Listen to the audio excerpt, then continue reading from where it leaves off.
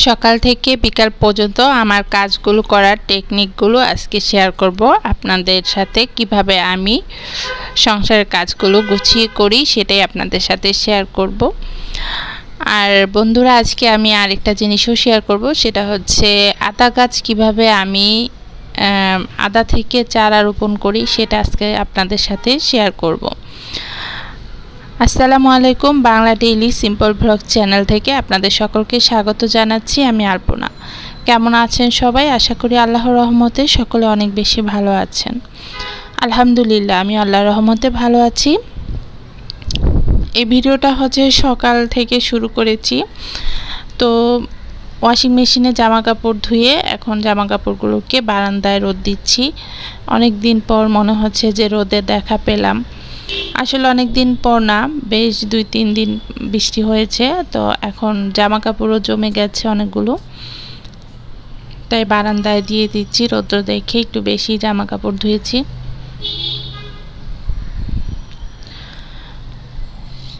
বেশি গরমও যেমন ভালো না, বেশি বৃষ্টিও তেমন ভালো না, তো সেটাই কিন্তু মাঝে মাঝে আল্লাহ পাক আমাদেরকে দেখিয়ে দেন।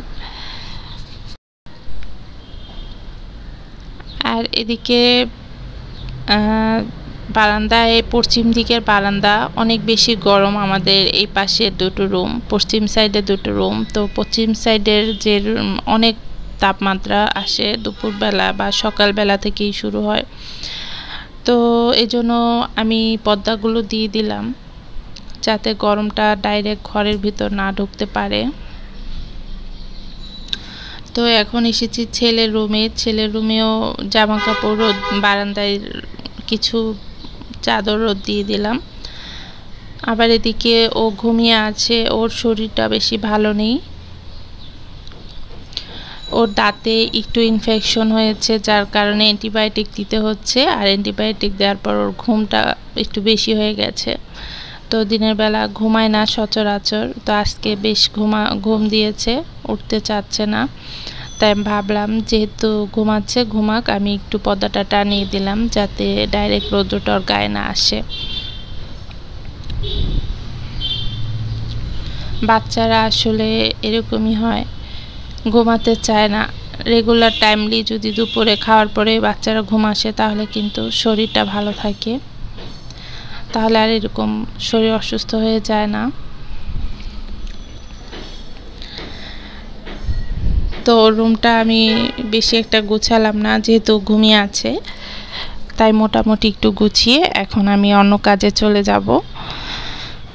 রান্না বান্না আছে, তারপরে আরও রুম গুছানো আছে, এগুলো করতে হবে। তাই রুমটা একটু আপনাদের সাথে একটু দেখিয়ে এখন চলে যাচ্ছি ডাইনিং রুমের দিকে। তো আমাদের ডাইনিং রুম সবার রুমের চেয়ে আলাদা, কারণ হচ্ছে আমরা ডাইনিং রুমটা আমাদের বড়, যার কারণে আমাদের একটি খাটও এখানে বসেছে।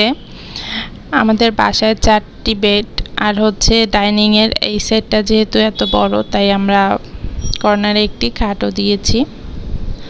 তো আমি এখন ডাইনিং টেবিলটা একটু মুছে নিব। ঘরের আসলে কাজকর্ম এরকমই হয়, একটার পর একটা করে যেতে হয়। রান্না বান্নাও বাকি আছে, এখন আবার রান্না বান্নার দিকেও টেনশন। সকাল সকাল রান্নাটা করে নিলে আসলে চাপটা কমে যায়। আর যেদিন ভিডিও করি সেদিন রান্না বান্না সব কিছু একটু লেট হয়ে যায়। এখন হচ্ছে ডাইনিং রুমের ওই খাটটাকে একটু গোছাবো, খাটটার উপরে চাদর দিব, নতুন চাদর বিছাবো। বাচ্চারা ঘুমিয়ে থাকলে মায়েরা অনেক কাজ করতে পারে। আমি সচরাচর বাচ্চারা যখন বাসায় না থাকে অনেক কাজ করি, সংসারে অনেক কাজ করতে তখন ভালো লাগে, এলোমেলো হয় না। তো এখন এই যে বিছানার চাদরটা বিছিয়ে নিচ্ছি।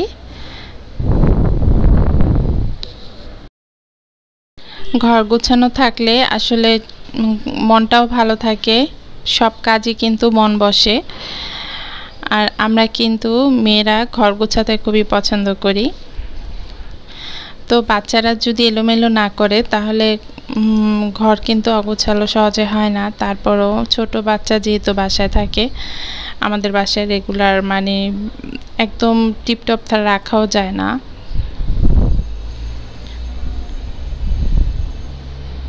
দেখা গেছে এই যে বিছানা ঠিক করেছি, কিছুক্ষণ পর এসে বিছানা আবার এলোমেলো করেই ফেলবে বাচ্চারা। তো আমি এখন রান্না বান্নার দিকে যাচ্ছি, যেহেতু অনেকক্ষণ হয়ে গেছে গোছগাছ করতে করতে। তাই এখন একটি লাউ ফ্রিজ থেকে বের করব। আজকে ডাল দিয়ে লাউ রান্না করব। মসুর ডাল দিয়ে আমরা লাউ রান্না করি। আপনারা কারা কারা মসুর ডাল দিয়ে লাউ খান অবশ্যই জানাবেন, কমেন্টে জানাতে পারেন। তো লাউয়ের সাথে একটি সিলিকনের ঢাকনা ছিল, আমি সেটাকে আবার ফ্রিজে রেখে দিচ্ছি, কারণ ফ্রিজের মধ্যে সচরাচর খাবার রাখতে হয়, আর সিলিকনের ঢাকনাগুলোকে ফ্রিজেই রাখি। এজন্য আমি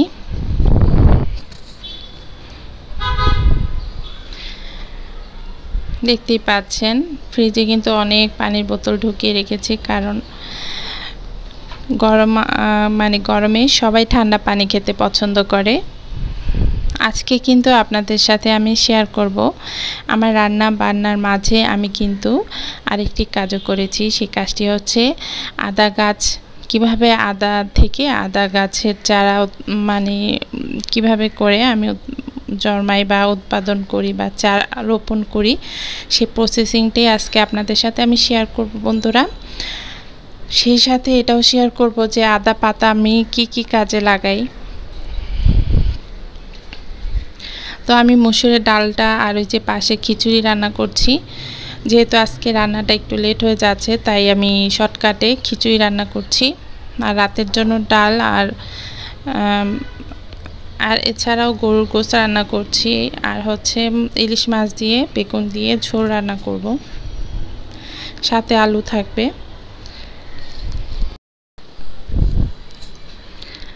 আসলে ক্যামেরার সামনে কাজ করাটা অনেক মুশকিল, তারপরও আজকে যেহেতু ভেবেছি যে ক্যামেরার সামনে কাজকর্ম করব, সেহেতু ক্যামেরাটাকে অন রেখে কাজ করছি। মাঝে মাঝে এসে আবার ক্যামেরার থেকে মানে ক্যামেরাটাকে সরিয়ে দিতে হচ্ছে। যে আপুরা আসলে ক্যামেরা ভিডিও করার প্রসেসিংটা অনেক সময় জানতে চান, তাদের জন্য আজকে ভিডিওটি অনেক বেশি উপকারী হবে। তো এভাবে ফুল স্ক্রিন ভিডিও দিলে দেখতেও ভালো লাগে, কিন্তু সেক্ষেত্রে একটা সমস্যা হয়, সেক্ষেত্রে এরকম আর কি মাঝে মধ্যে একটু ক্যামেরার সামনে চলে আসা হয়ে যায়। কাপড়েই আসলে বলেছেন আমার রান্নাঘরটার সম্পর্কে। রান্নাঘরটা আমাদের আল্লাহর রহমতে বেশ বড়ই, যেহেতু এটা আমাদের নিজেদের ফ্ল্যাট, আর আমরা এই রান্নাঘরটা নিজেদের মতো করেই বড় করে নিয়েছি। আর এই ডেকোরেশনগুলো আমরা নিজেরাই করে নিয়েছি। তো আমাদের বাসায় কাঠের ফার্নিচারই বেশি, সব মানে সম্পূর্ণ বাসায়। তো আমার আগের যে চ্যানেলটা আলপনা কবি, সেই চ্যানেলে কিন্তু আমার হোম ট্যুর ভিডিওটা 17,000 ভিউজ হয়েছে। ওই ভিডিওটা অনেক ভাইরাল হয়েছিল আলহামদুলিল্লাহ।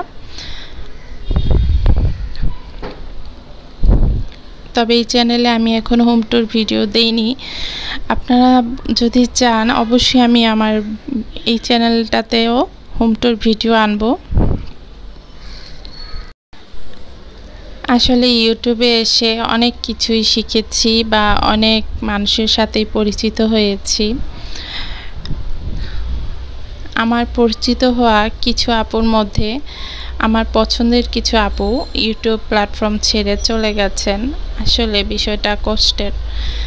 তারা কিন্তু আমার সময়কার থেকেই কাজ করছিলেন, তাদের চ্যানেল মনিটাইজেশনও হয়ে গিয়েছিল, কিন্তু তারা কিন্তু এখন বর্তমানে কেউই আর কাজ করে না।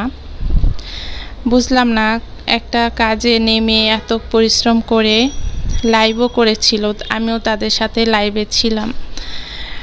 আমার লাইফে প্রথম আমি তাদের সাথে লাইভে ছিলাম, তাদের লাইভে জয়েন করতাম, ঘন্টার পর ঘন্টা মোবাইল অন রাখতাম। এভাবে আমার একটি মোবাইল প্রায় নষ্টের পথেই চলে গিয়েছে। যাই হোক, তারপরও কিন্তু আমার সে আপুরা রেগুলারিটি মেনটেন করে নাই, ভিডিও রেগুলার দেয় না, যার কারণে তাদের ভিউজ আসা কমে গিয়েছিল। ইউটিউবে কাজ করতে গেলে অনেক পরিশ্রমের দরকার।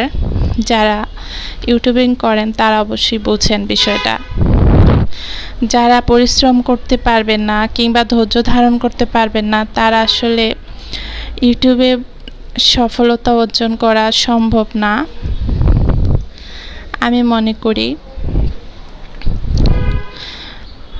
অনেক ধৈর্যের দরকার যে কোনো কাজ করতে হলেই। তারপরে ইউটিউবিংটা হচ্ছে রেগুলারিটি মেনটেন করতে হয়, আর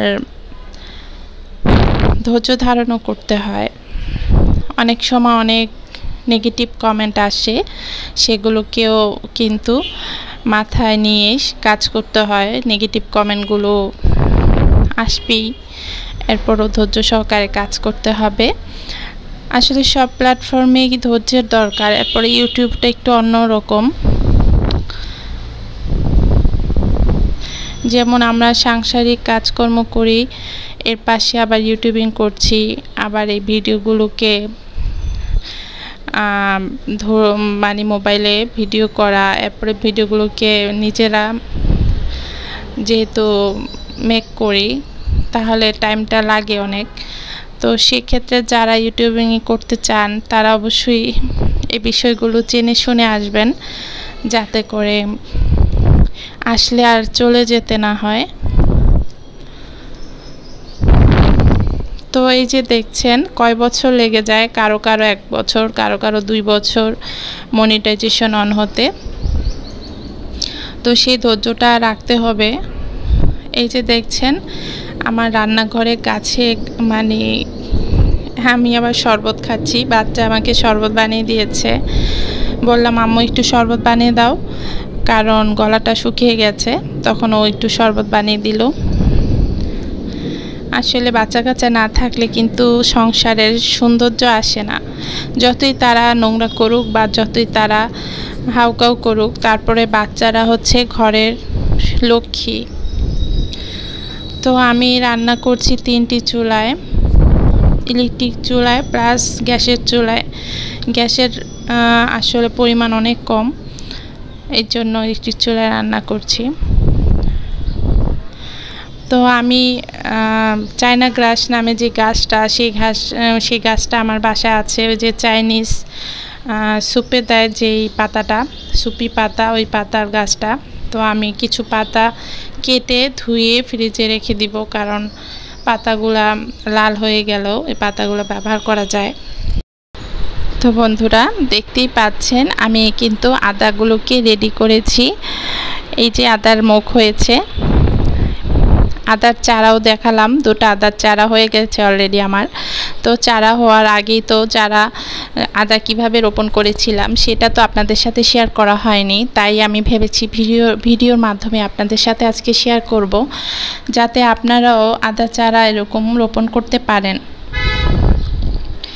আমি আদা চারা রোপণ করব বলে আদা বাটিনি, আদা ব্লেন্ডারও করিনি।